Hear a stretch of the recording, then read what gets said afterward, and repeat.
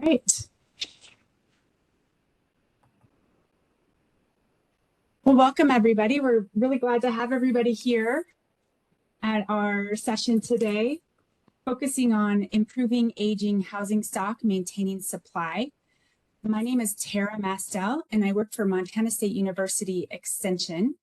I'm in the community development program. I'm actually the program leader. Just a little bit, because we have a lot of new people on this. I'm just going to share. So Extension, we do ag, 4-H, family consumer science, but we also do community development. And in that program area, we are working on community-based leadership programs across the state. We did the newcomer survey. We have the Reimagining Rural program, and that's really how we got started on this housing effort.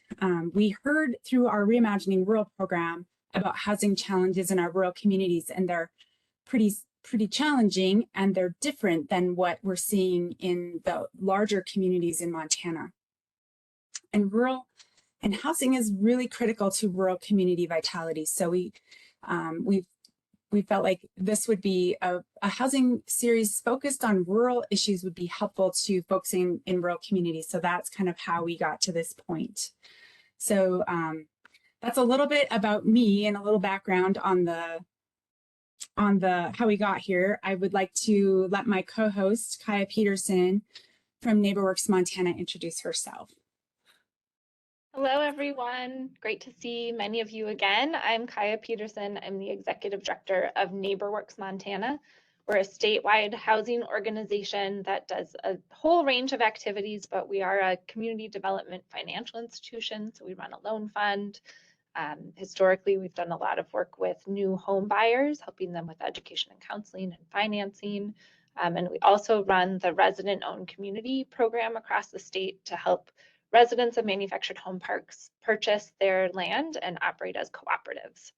So we've been really thrilled to be working with Tara and MSU Extension on this webinar series, and always looking to be a resource to rural communities. Our charge is to make sure that affordable housing opportunities are available across the entire state, and that you all have resources and support to meet the needs of your community. So great to see you all. Excellent. Okay, well, it's a great partnership with NeighborWorks Montana because Montana State University Extension, we have faculty in every county across the state. So we have those connections, but we don't know housing, and NeighborWorks Montana certainly knows housing. So just a recap of what we heard last time. We had a session about how to get started working in housing in your rural community. We had speakers talk about getting started on a housing initiative in Gardner, Montana, and in Boulder. They talked about how they got started, and it really served as kind of a roadmap for how you might get started in your rural community. And if you want to see that, we have the recording you can find on our website, and it has been actually seen, it looks like around 30 times already. So we had about 70 attend our last session, and people have been watching it. So here's the link for that website if you want to find the recording for the last session, and we'll also post this current session too. Do you have any comments on the last session, Kaya, that you thought was worth? Oh, part of the way that we structured these is really to give specific examples of what's working in rural communities. And so I hope that came through in the first session and comes through today as well, that we just really want to give people a place to start and some inspiration, and just a feeling that it can be so overwhelming thinking about how to address the variety of housing needs in your communities, but that there are really concrete ways to move that forward. And I think we saw that in the first session, and hope you all will see that today as well. Great. Okay. So for this session, what we're going to do is we're going to talk about, NeighborWorks Montana is going to talk about preserving existing affordable housing. We're going to hear from folks that are working on a real estate investment cooperative that is going to be useful for rehabbing housing. and that's from the Baker area, Fallon County.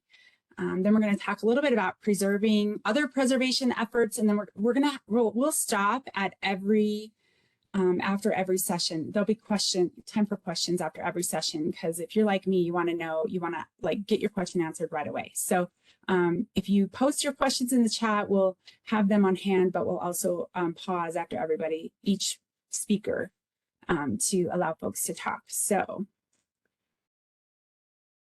with that, I think we're ready to start. Great. Okay. So if you've seen the list of session topics, you know that our next session will be focused on increasing supply, and that often tends to be where we hear a lot of questions. People recognize that we need more housing in our communities in order to meet our affordable housing needs. But it's also really important that we focus on preservation of the housing we already have, both the units themselves and the level of affordability. So there's a number of things we wanted to share today, but the first one is just getting people to think a little bit about the existing affordable units in your communities and whether some of those might be at risk of becoming unaffordable. So there is a effort that NeighborWorks Montana has been working on with the state of Montana, and big shout out to our colleagues at the Department of Commerce in the Community Development Division and at Montana Housing, who have put a lot of time and energy into thinking about this issue and figuring out how to support preservation of existing affordable units. So I want to introduce my colleague, Larry Phillips. He is our real estate lending manager, and he's going to share a little bit with you about a map resource that's available. Thanks, Kaya. Yep, as Kaya said, I'm the real estate lending manager at NeighborWorks Montana, and I want to share my screen with you all so you can see what I'm looking at. Quick. Let me know if we can see that. I think it's working, but sometimes you never know. Okay, perfect. Looks good, Larry. Thanks. So one of the things that's really important, like Kaya said, is continuing supply, but what happens to current supply? So baseline, let's define what the word preservation is and what we're going to talk about a little bit today. So preservation is when you take an action to ensure that, in this case, federal housing subsidy and low-income housing restrictions remain in place in your communities and preserve that long-term housing affordability. And one of the things that's really important is to understand why preservation is such a big tool. Loss of current affordable housing further kind of extends the gap or exacerbates the issue of non-affordable apartments in the area. And you can actually see, and we've seen it in a couple communities in Montana and nationwide, as these federal housing subsidies kind of are lost, the current buildings are obviously still there. They're being purchased and they're converted to market rate.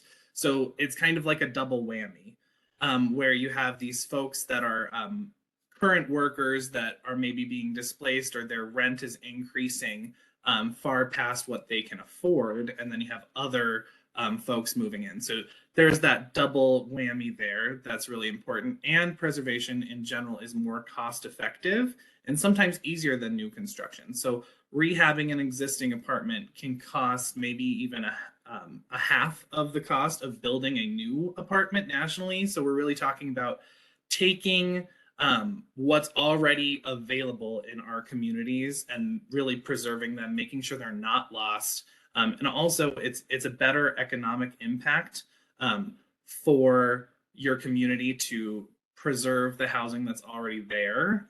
It's much more cost effective. So that's really important to think about. You know, these are really critical community assets. For every affordable apartment created, 2 are lost due to deterioration, abandonment, or conversion to that market rate housing like I talked about. And when we're talking about larger cities, you know, projects are purchased with a plan to convert to market rate. In rural areas, the loss of one apartment complex or housing project can really be the loss of all of that type of housing and that subsidy in your community. So it's not a very light thing to talk about. You know, it's not, oh, well, one project got sold. We really want to try to preserve all of them, to really make sure that, you know, those that work in our communities, our families, seniors who have lived there forever, continue to live and thrive in their community that they have always lived in, or that they want to continue to live in for a really long time to come. So that's it's always good to just start with the topic of what is preservation and why is preservation important. The next thing I'll show is this handy dandy map that the state of Montana and Montana Housing created. Now I apologize, the map is on a different screen, so I'm not speaking directly to you all through the camera. So this map is on the montana.gov website, housing.mt.gov, and it is really a really useful tool. Now there's a couple things that are interesting or intriguing about it. Maybe I'll try to make it a little bigger for everyone on the call.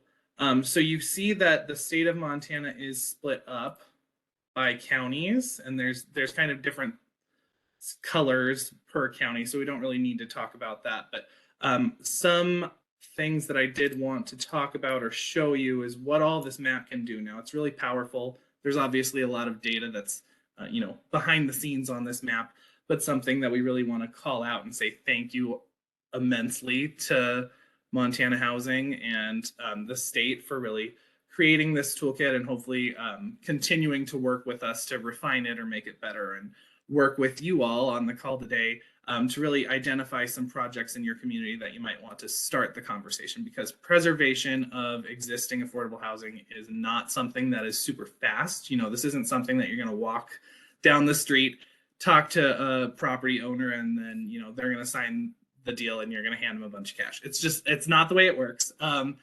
And so having the conversation start small and then early enough in the process that we can really, you know, move the needle to build this preservation work, so that when whoever is the current owner of the project decides to sell, you're there waiting in the wings, and NeighborWorks Montana would be happy to help you work through that. So I'll take you through the map now. So let's just look at Glacier County.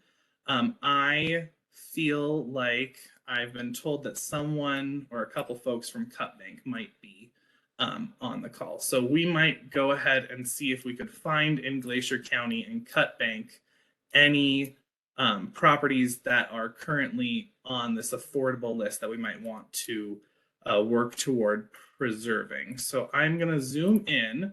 Now you do have to choose, you have to physically choose the county that you want to look at, and then it will kind of bring you to the subset, and then you can zoom in. So here's Cut Bank, and we have a couple different plots on the map. So if I hover on those plots, so you can see the map, it'll tell us just a little bit of information. Not a lot, but just something that's important. So Buffalo Grass Apartments, their address, the current owner, the number of units, and the earliest end date. Now, it's fair to say that 2028 seems like a ways away. But like I said, it's not something that's as simple as just going down the street and knocking on a door to really start this conversation. So we want to think about that and move forward. Now, this is all just what's built on the map. There's a lot more data that you can get off of the state website that's on the same link. And once I'm done presenting, I'll be sure to share that link with you all that are on the call today. There are various Excel spreadsheets you can look at and really, you know, take the name of the Buffalo Grass Apartments in this case and find some more information that might be able to help you. We'll continue to look. So Glacier Ridge, Blackfeet Housing LP4 is their owner, earliest end date 2031. So that's a little farther down the road. So this is really kind of what you can use to hopefully affect some change in your local community fairly quickly. Now, this one is an interesting case. Cut Bank Villas, earliest end date 2006. So according to the data that we have available to us, this project could convert to market rate really at any point in time.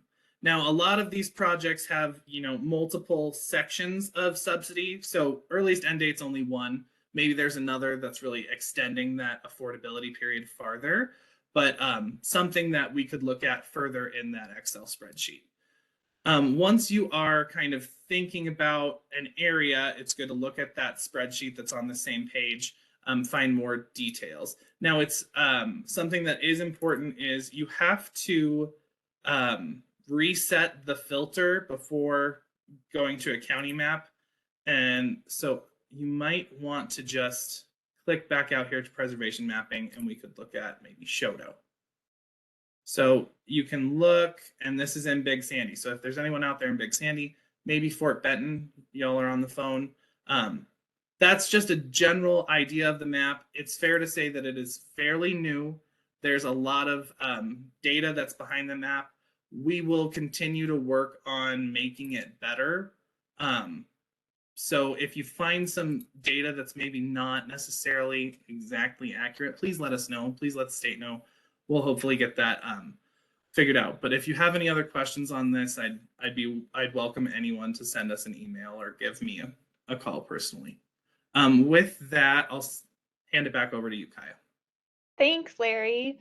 Yeah, so just to make sure everybody understands what's on that map, it's any properties in the state that have some form of subsidy attached to them that restricts the rents or the level of affordability. So it could be HUD money, it could be tax credits, it could be USDA dollars. So all of these kinds of resources that have been used over the last 30 plus years to develop affordable units in our community, that's what that map shows you, right? So as Larry was showing you, here's what's in Cut Bank. It gives you a good sense of where those properties are in your community. And some of you maybe didn't even know that you had that kind of housing in your community. So that's just a good kind of baseline data understanding. So what do you do with that? So I want to hand it over to Sherry Airy. And Sherry, you can introduce yourself. And Sherry and her organization have been involved with preservation of some properties like this. And she's going to share an example with you. Thanks, Kaya. My name is Sherry Airy. I'm the executive director for NeighborWorks Great Falls. We're the sister organization that helped create NeighborWorks Montana. We've been in Great Falls and Cascade County for 42 years, and I've been the executive director for about 4 years now. And so we started on this journey and back when there was one of the last Montana housing conferences that I think NeighborWorks Montana and some others conducted a preservation seminar that talked about some of these type properties and how to find them and where they were in our state and our community, the ones that were coming up quickly in our communities. And so from that, we had been working with a very supportive property owner in our community. As he was a donor to our organization, and the previous executive directors had been talking to him about when these properties came up for renewal, that we would love to be able to be a part of the conversation about purchasing them. And so approximately a year and a half prior to the affordability ending on the properties that we looked at in Belt and Cascade, the owner came to us in, I think it was January of 2019, to ask us if we would like to look at these before he put them out on the open market. Now, this owner has several of these properties, and these are the only two that he was interested in coming to us on, but it was because of the relationship we'd created, and we'd talked to him about it, and he knew what we were wanting to do with affordability, that we would be a good potential purchaser of these properties. The other properties that he has that have been coming up, he's been putting those out on a national, for a national firm and looking for national investors. And I'll be quite honest, we looked at some of those and we were about $2 million off of the first offer. So we weren't even in some of the competition for these, because that's where the nationally where this are going. They're high stakes. Some of these, as they end their affordability, many of them are going into the open market. So we were very happy that he came to us on these two properties, these two small properties. One is a 20 unit and one is 22 in Belt and Cascade. And as Larry was talking about, these are not for the faint of heart or for somebody that expects it to happen quickly. And so that's why that time frame is so important for us to know about the properties in our communities, talking to these owners, because you really have to have a lot of lead time to make these happen, to get the financing in order, and to do all the due diligence and the work behind the scenes to keep the affordability intact. And so these, as I said, happen to have two very old HAP contracts attached to them. The rents were had been given had been set at a high rate, so they were very affordable for the folks that live there. But it was able to make them possible for an organization like ours to work with the financing, and we were able to get the Montana Coal Trust Fund money for the major financing of these, as well as a gap financing with NeighborWorks Montana. And so when we started this process in January of 2019, it took us until April of 2020 to close. And that was a couple of extensions. Again, we had a very friendly seller, so he was willing to do that. But we were bumping up against the time frame that these needed to have these HAP contracts completed. And so my advice and the groups that helped us make this happen is obviously NeighborWorks Montana was a great help in that. Trust Fund money really made it possible.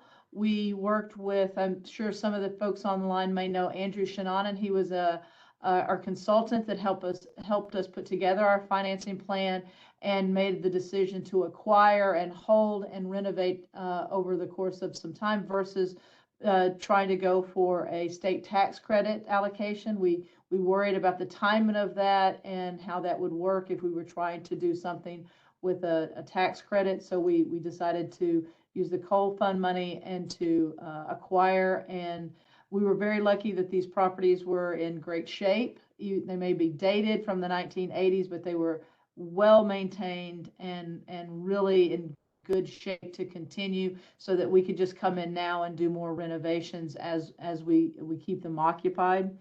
Other groups, we worked a tremendous amount with HUD and some consultants that understood what we needed to do with the HAP contracts to keep them in place, to keep that affordability, what those changes might be over the long term, so we could make sure that our performer was correct. And then also our capital needs assessment that we did that helped us plan out what was going to be needed in the next several years. And again, those due diligence items that are needed by so many of the organizations that have helped fund something like this. So I don't know what questions people might have. We went through a lot. It was a lot of fun. It was a true learning curve for us as an organization. But what was really nice is there was so many resources that we stayed with it. Many times it looked like the deal would fall through and that the owner's patience was being frayed a little bit as we kept taking so much time. But there were so many resources to go back to ask, how do we do this? How do we figure this out? And that they were there. So my biggest advice is knowing the properties in your area, trying to connect with those owners, and finding ways to early to start these processes early and having as much patience as possible. But thanks to all those resources that helped us make that possible, and I see Kaya on the screen, particularly Kaya and NeighborWorks Montana that had some gap funding for us that made us successful for us. So Sherry, one just piece I want to dig into a little bit more, and then love for anyone on the call to enter questions in the chat for Larry or for Sherry on this topic. Say again how you made the initial connection with the owner. The initial connection was made by our previous executive director, who knew about the map and knew what properties were that had different affordability requirements in our area. And they had been reaching out to this individual, had a strong connection with him. He was a supporter of our organization, as sometimes some of those owners are because of what they do. and had been talking to him about knowing at some point he was going to be liquidating his portfolio as he was looking to retire. These are, again, 1980 properties. And so we kept an eye on when they were going to come up for potential renewal. And at that point, that would be the point that it would be a good opportunity for him to sell instead of putting more debt on the properties and renewing those for another, 40 years. So that contact was made many years prior to me joining the organization. But as soon as I joined the organization, that was one of the first connections the previous executive director made and explained, this is what we hope will happen. It's coming up. We hope that we will be in the line. And it was very clear on his part. It's like, you have a very short window of time to tell me if you want these. Otherwise, I know other buyers are going to want these. So he did give us the first right of refusal and the first opportunity to make an offer and get a buy sell on them. That's so great. I think just for everyone on the call, we heard this theme in the first webinar, and I want to point it out here too, that those local relationships in your community are such a powerful asset and resource that you have. And I think when I talk to people across the country who are doing preservation work or development work, I get really excited about being able to say, in Montana, you call a person and you're 2 degrees separated from them, or you pick up the phone or you knock on their door, like there's still this kind of small town dynamic and 1 degree of separation that is a really powerful way to build those connections and to create an entry point for making a project like what Sherry described successful. So, hopefully for all of you, one takeaway is look at the map, look at that spreadsheet and figure out who those owners are of those properties, and make sure that they know that there are resources out there to help them to preserve those properties. Another thing we often find with these is those owners maybe have owned those properties a long, long time, and they rely on that income, and they need to get a market rate return in order to make them whole. This isn't charity that they're doing. This is a development project, and it's a business, and it's often a source of retirement. And that's part of what we're here to do, is to make sure that those sellers are made whole and are getting what they need out of it, while also making sure that the tenants who they have served for 30 years or more, and who have had this really wonderful, stable, affordable place to live, get to continue to live there. And that's the win-win that we're really trying to broker, and that those personal on-the-ground relationships, getting in front of those property owners early and making sure that they know these resources are available, is really the winning combination. Okay, I'll mention another property here in Great Falls that an investment organization bought just a few years ago.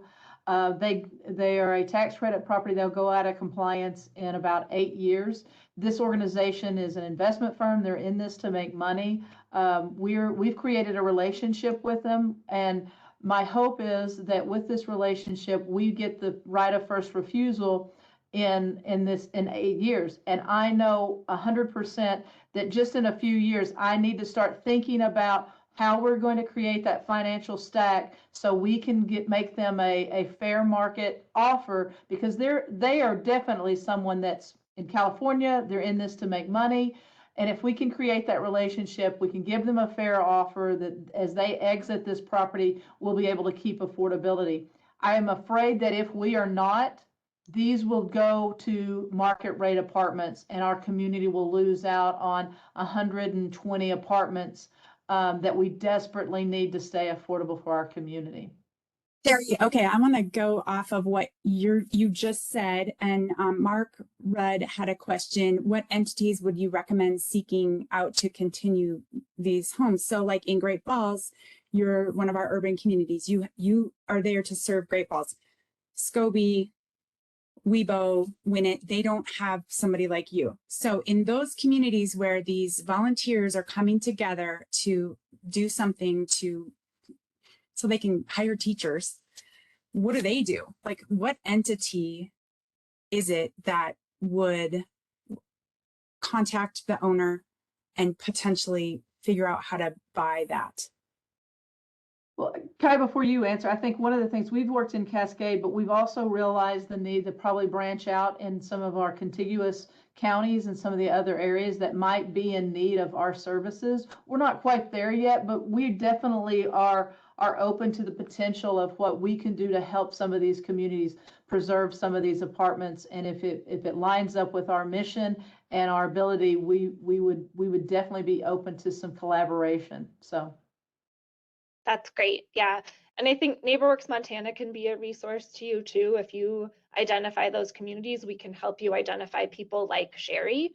There are other both nonprofit and for-profit developers in the state who have done these types of projects and who have interest in making sure they're preserved. So Homeward is one that comes to mind. Sherry mentioned Andrew Shananya, and there's Jean Lure. There's a group of developers who've really built this skill set and capacity. And not every project is going to be a great fit or work, but it's absolutely worth exploring. So that's something we can help you identify resources for. And I just oh, go ahead. Were you gonna? No, that's great because that's the reason why we're doing this, is because not everybody has a housing professional in their town. In fact, most rural places do not. So we're talking to groups of volunteers that are owning businesses. They are working, jobs that they can't leave all the time. So how do they make a change? And it's exactly what you're saying is I think what we talked about last time is kind of getting together, getting a group together, getting a organization together and figuring out what that group sees as the issues in your community. And once they do that, that's a lot of power and a lot of credibility going forth to get the attention of somebody like NeighborWorks Montana or some other housing organization, but also a local developer or some kind of a homeowner or an owner of these properties. Like if they know, hey, there's this housing group and they're trying to make more housing available in our town for teachers, for doctors, nurses, whatever, whoever, that really can make a difference. Okay, we need to move on to our next speaker. And I saw Jessica has a comment or a question. We're not, maybe at the very end, we'll save that, Jessica. And that's a big one. But I'm going to turn it over to, we have Davey Madison and Alyssa Miller, and they are working on a very interesting solution to raising money to rehab real estate properties. And I'm going to just turn it right over to Davey and Alyssa. Hi, everybody. I will make introductions and then we'll jump in. So I'm Davey Madison. I'm the program director at the Montana Cooperative Development Center. We are a statewide economic development organization that focuses on using the cooperative model to find community and economic development solutions. And very specifically, we'll talk about the investment cooperative model. But that's not all we do. We do a lot of them, so we can touch on that as well. Alyssa, do you want to introduce yourself, and then I'll jump into what a co-op is? Yeah, so I'm Alyssa Miller, and I'm with Eastern Plains Economic Development in Baker. We serve 5 counties in the southeast Montana region. And I'm just, we partner with MCDC on a lot of different projects, and one of the projects we partnered with is what we're going to talk about today. So I'll let Davey start. So I'll just kick it off, and I'm just going to do a real high level overview of what a co-op is and how it functions, and then I'll jump into what specifically an investment co-op is. They go by a variety of names, so we'll talk about that. So a co-op at the end of the day is a for-profit business. It operates like any other business in the state would. However, the main impetus for starting a co-op is to solve a community or economic need. So its primary goal is to serve, not to make a profit. It is owned by the people who use it. So they become member owners. They buy a stock share and they become the owners of the business. That doesn't mean they necessarily run the business, but they do get to make the decision. So it's always an equitable vote. There are cooperatives found across the world. It is a very old form of business. It has become a more formalized type of business since about the mid 1800s. And cooperatives around the world all follow what we call the 7 cooperative principles. Those 7 cooperative principles are voluntary and open membership. Basically what that means is that you can't discriminate and refuse membership to someone based on their inherent person. It does not mean that if you're in the area, you have to become a member. It does not mean that you have to allow everybody in. You set up the standards for your membership, whether that's a geographical region, whether that's an industry specific, you can make those determinations. It is controlled by its member through democratic member control. Basically what that means is it's one member, one vote, regardless of the amount of money put in, the amount of time put in. It is always one member, one vote for most things. It's controlled by voting in your board. Your board is going to govern your co-op, set your policies, generally hire the people to actually run the business side of it. The third is that there's a expectation of member economic participation, basically meaning that if you are a member of a co-op, you're the owner of the business, it is expected that you are going to try to help to make that business successful and solvent. You'll use its services, you will make sure that you're paying attention to its finances, those types of things. The fourth is that it is autonomous and independent. And what that means is that it is its own standalone business. It cannot be influenced or taken over by other entities or other businesses, whether that's another business coming in as a partner. They cannot come in and make decisions on behalf of the co-op. It can also mean that one person can't come in and buy 51% of your shares and take over the business. That can never happen in a co-op. It always remains where it is. The fifth principle is education and information.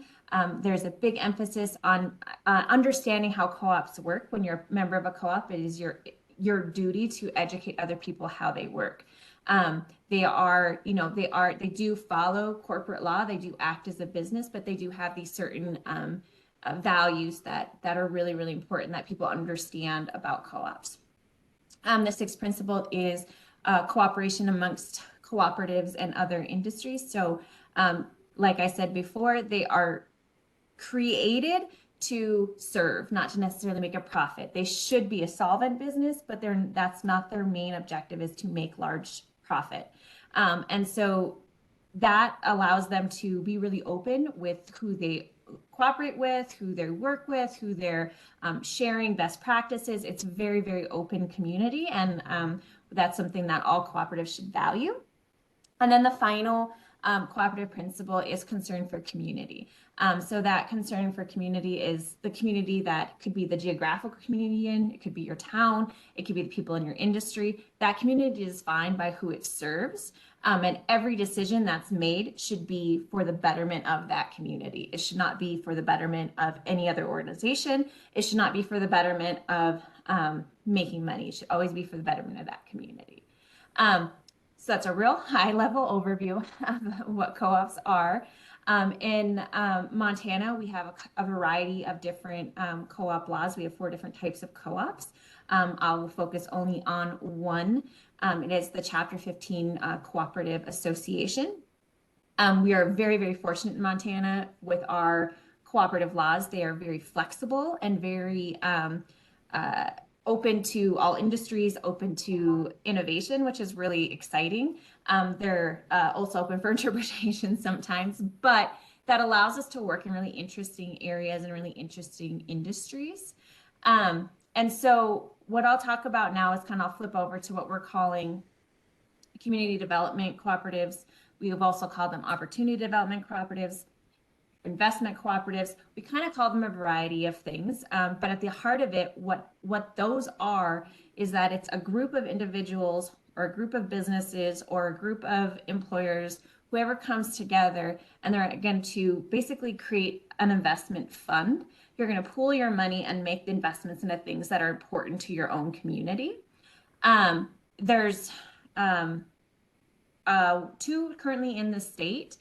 They're rather new for our area. They're actually pretty new in the United States, but Canada has been doing this very successfully for a number of years, and they're kind of where we're pulling our model from.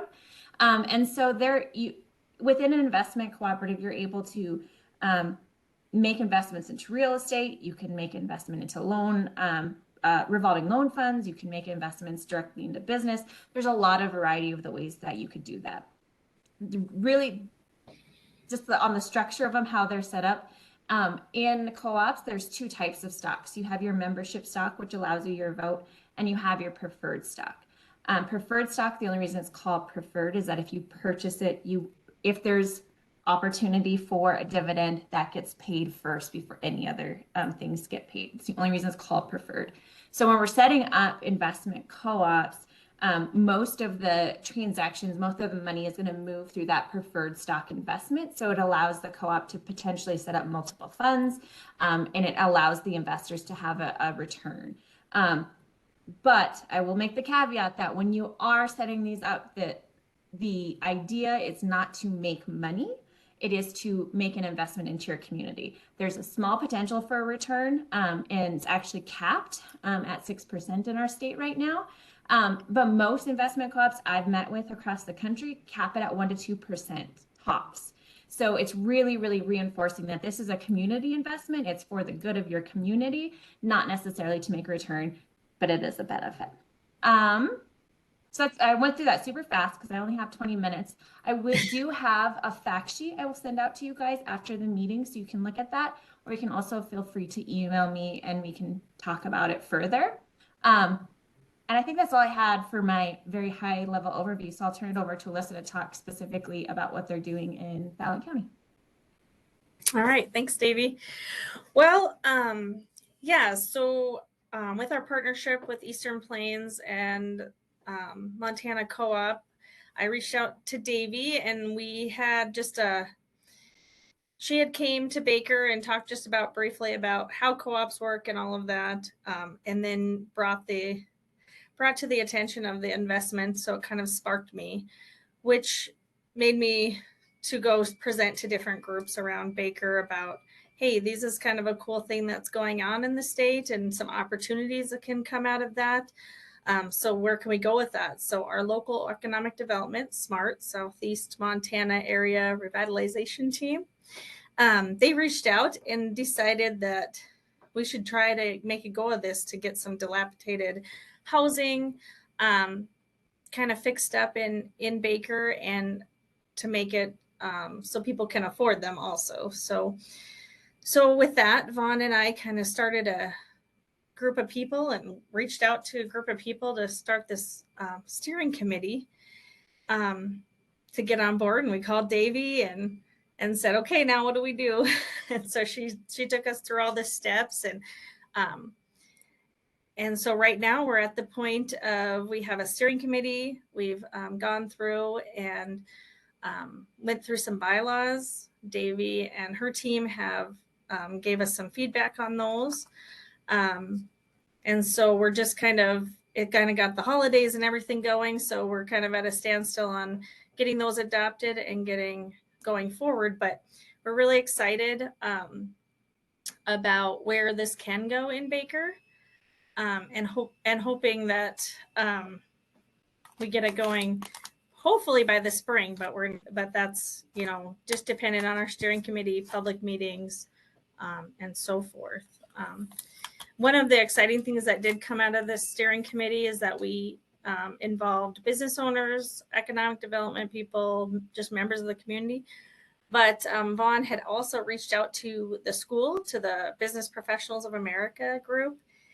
And so we have a couple students that are on our steering committee, and they actually presented on this at the state level and made it to nationals with this project. So that was kind of a cool thing extra that came out of this project I wanted to point out today. So, but yeah, so we're excited.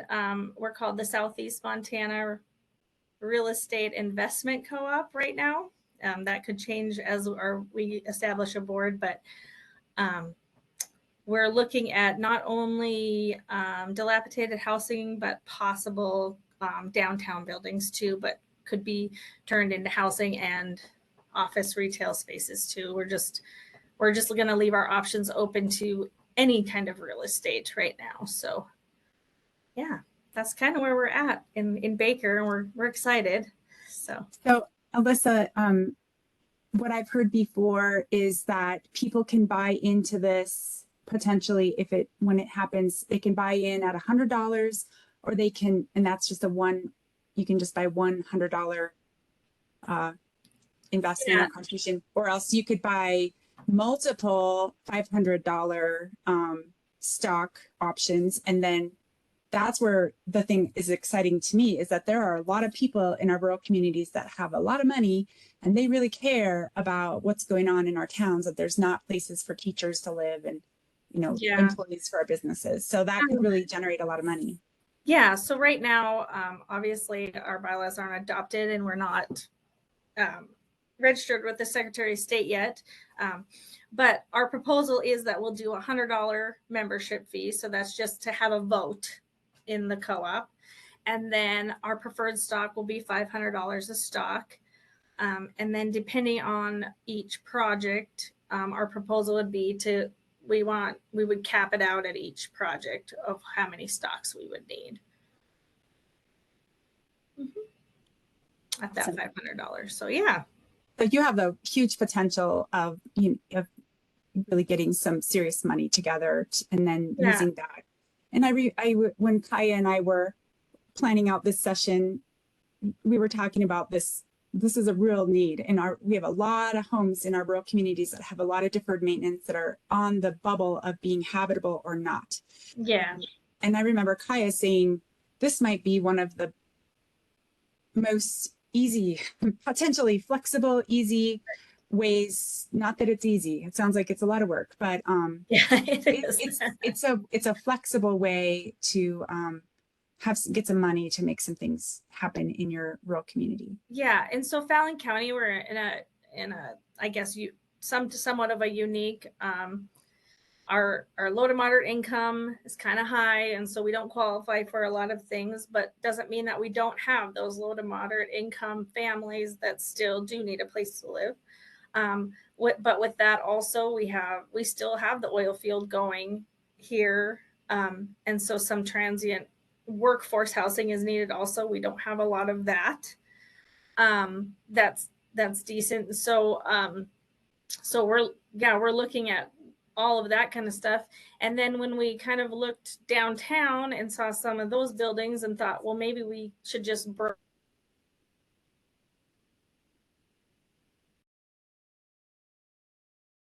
Oh, I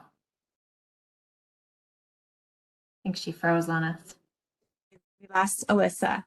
So I was just going to add to the way that they're doing this in other communities is that in co-ops, because of their structure and because of the way they are, we're not in that low income space. We're really focusing on this sort of workforce missing middle.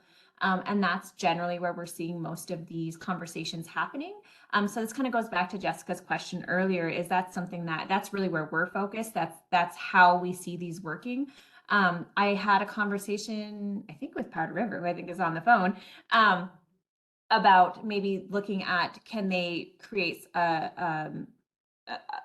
moving people out of their homes into a senior co-op housing to try to purchase some of those homes, get them livable, and get more families in. So this is really the space that we play in with these investment co-ops. A lot of the conversations we're having quite a few of these conversations. It's employers that are coming to the table, large employers that are trying to figure out workforce housing to even recruit people in or to get people to stay. And so that's really the space that we're playing in. So a lot of those, subsidies and stuff, those aren't going to work necessarily for us, but just wanted to throw that out there just to answer Jessica's question a little bit. That's great. So we have a couple of really interesting questions. Davey, maybe you can answer. How are liability issues related to housing units handled in a co-op? If the so it depends on, so in this model that we're looking at, this is an investment co-op, which is going to be a little different than a straight housing cooperative. So the way that this works is essentially the co-op acts as a landlord. They own the property. they lease it out, they can sell it to do as they want. In a housing co-op, that's a whole different conversation, a traditional housing co-op. We can definitely talk about that if there's interest in that, but they're a little bit different beast than what we're looking at in these investment co-ops.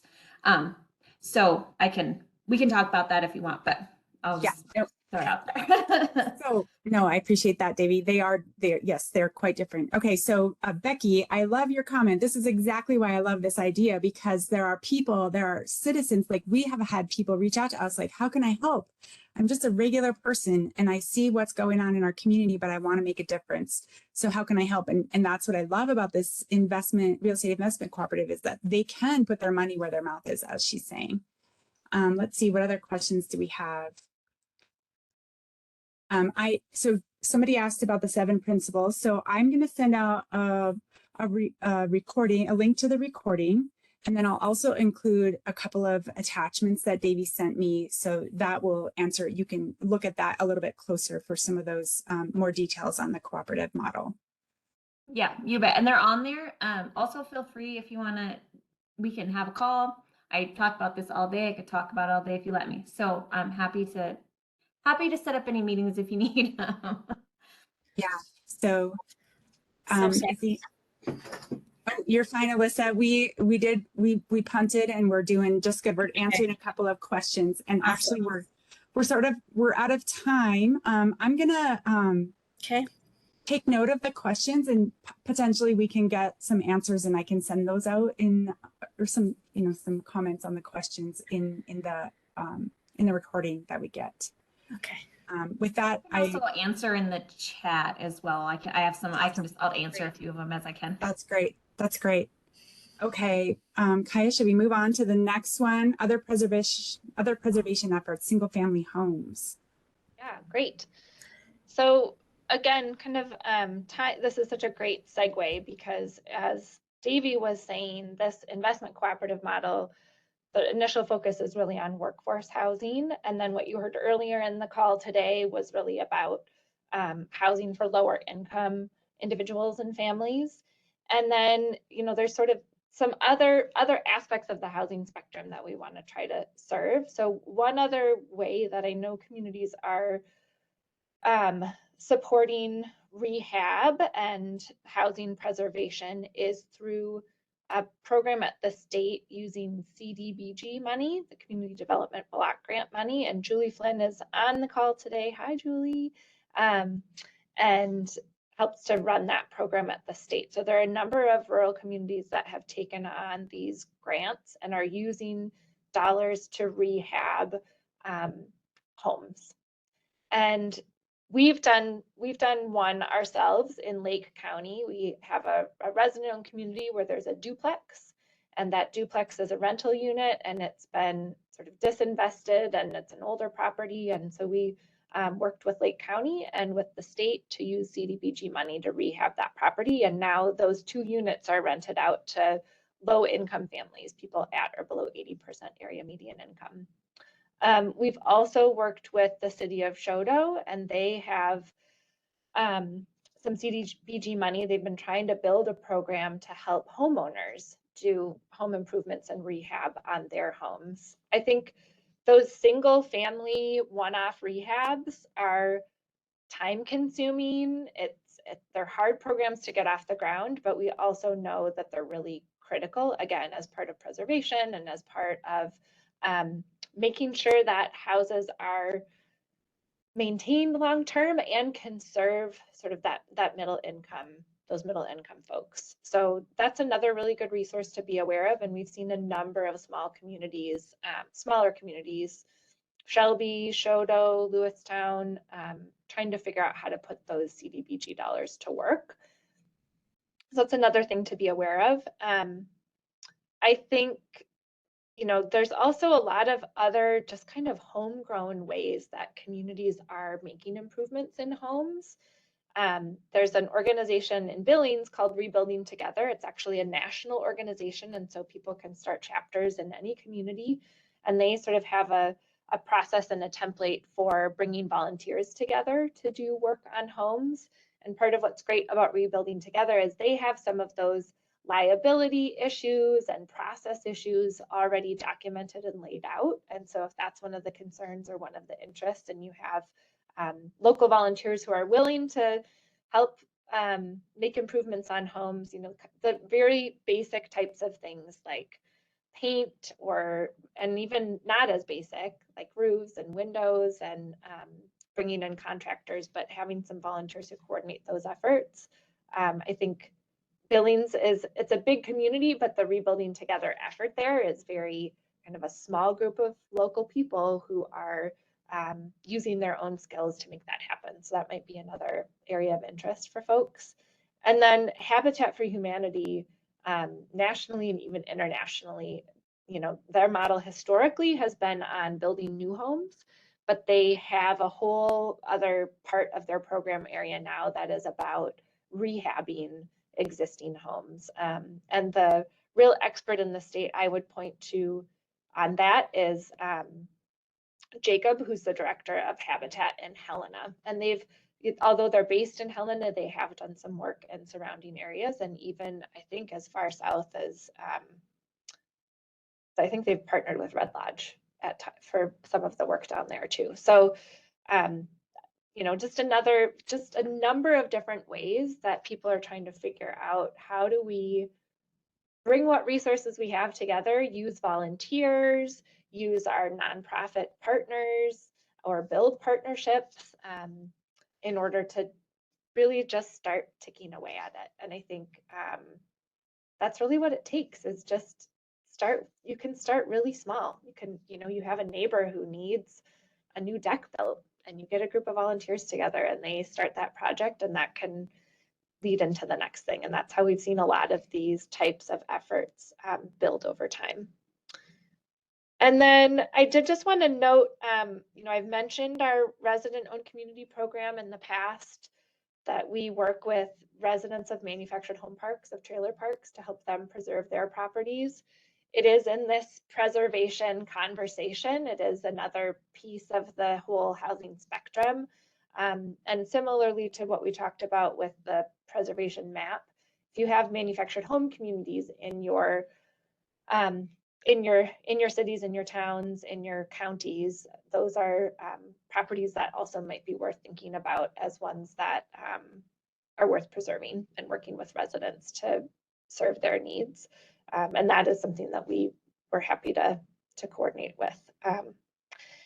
And then we did, you know, Davey mentioned a little bit about housing cooperatives, not investment cooperatives, but housing cooperatives.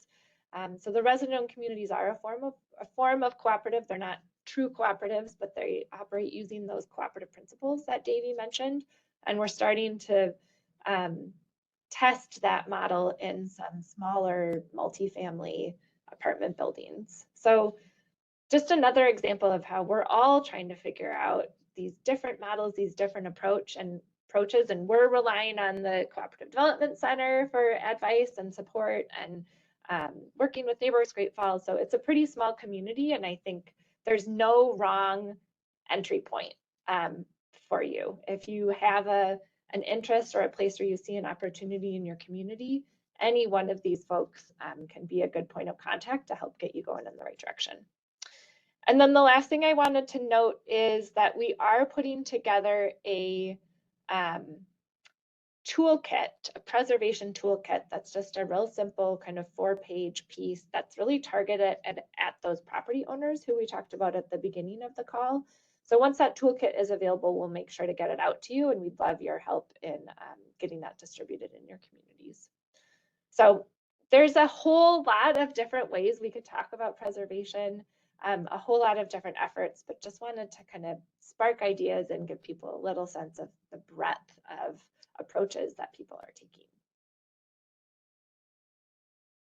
Okay, if anybody has any questions for Kaya, please put them into the chat.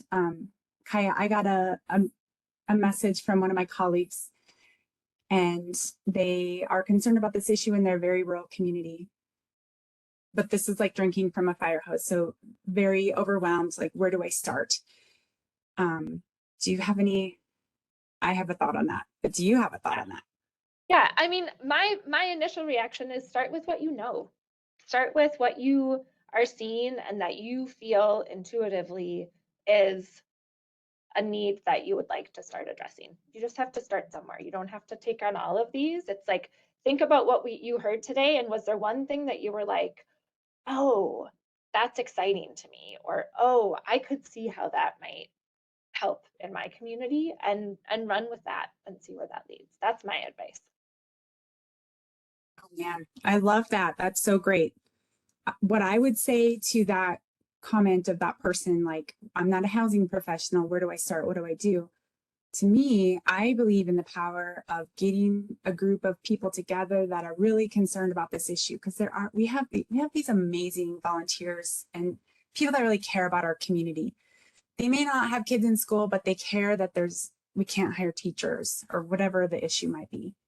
So I have found in my experience working in extension that you just put whatever your issue might be, you put the word out like, hey, who's interested in this issue? Let's come together and talk about it.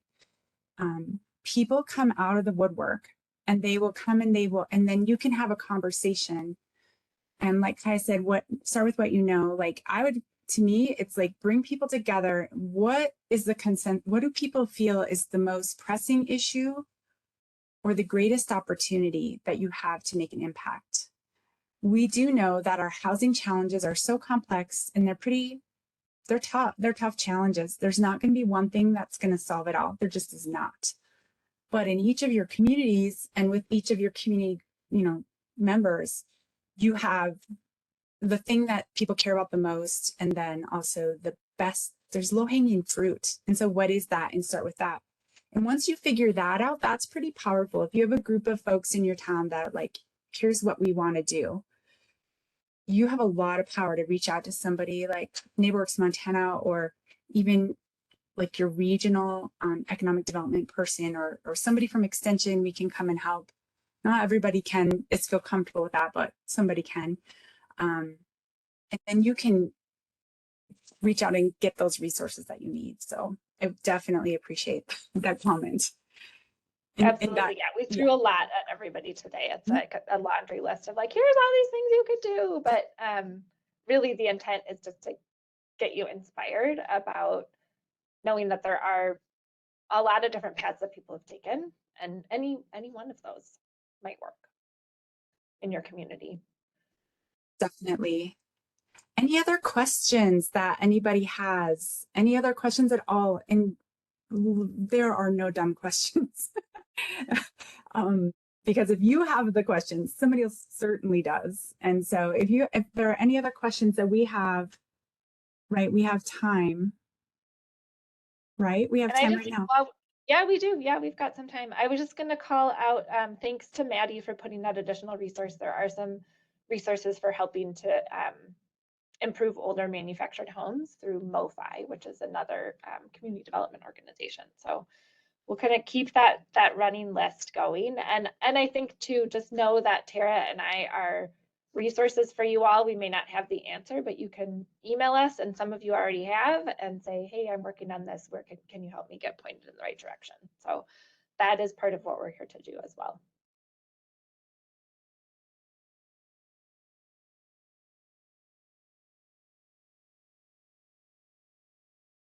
Just put a link again to the webpage that we have for this housing webinar series. And so we'll be posting, I think we need a list of resources, so we'll be posting that. We have some there already, but we'll also definitely do all the recordings. So check that. Not seeing a lot of questions. I have a question for everybody that's in attendance. I'm curious, we had talked about, like, there's not really a rural housing like listserv or Facebook page, or, like, I'm wondering if there would be interest in some kind of a mechanism where everybody could kind of share ideas, like MoFi. Like, I've never heard of that. So, in different things that people are doing, would there be interest in creating something like that where we could share things that are working in rural communities? let me know if you think that would be of interest. We're talking about starting something like that.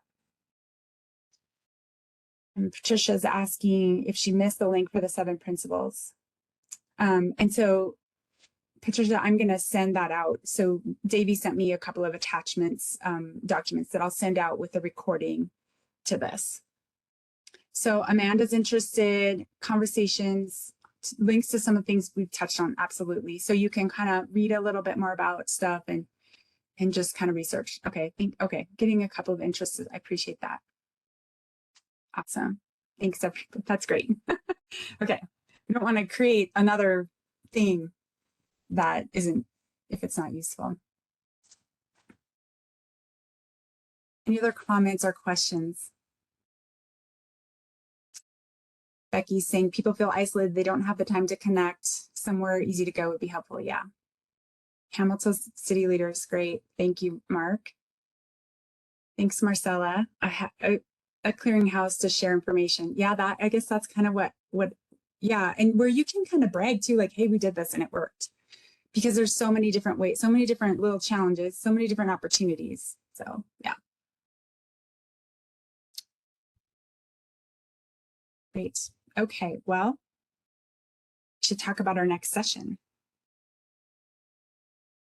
And also the last session, we have a time set aside in February, and we are collecting ideas, but I've got an evaluation that I'd like you to complete if you could, and let us know how this worked for you, what was helpful.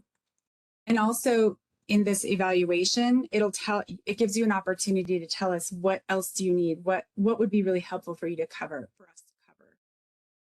So that's that. Next session is coming up.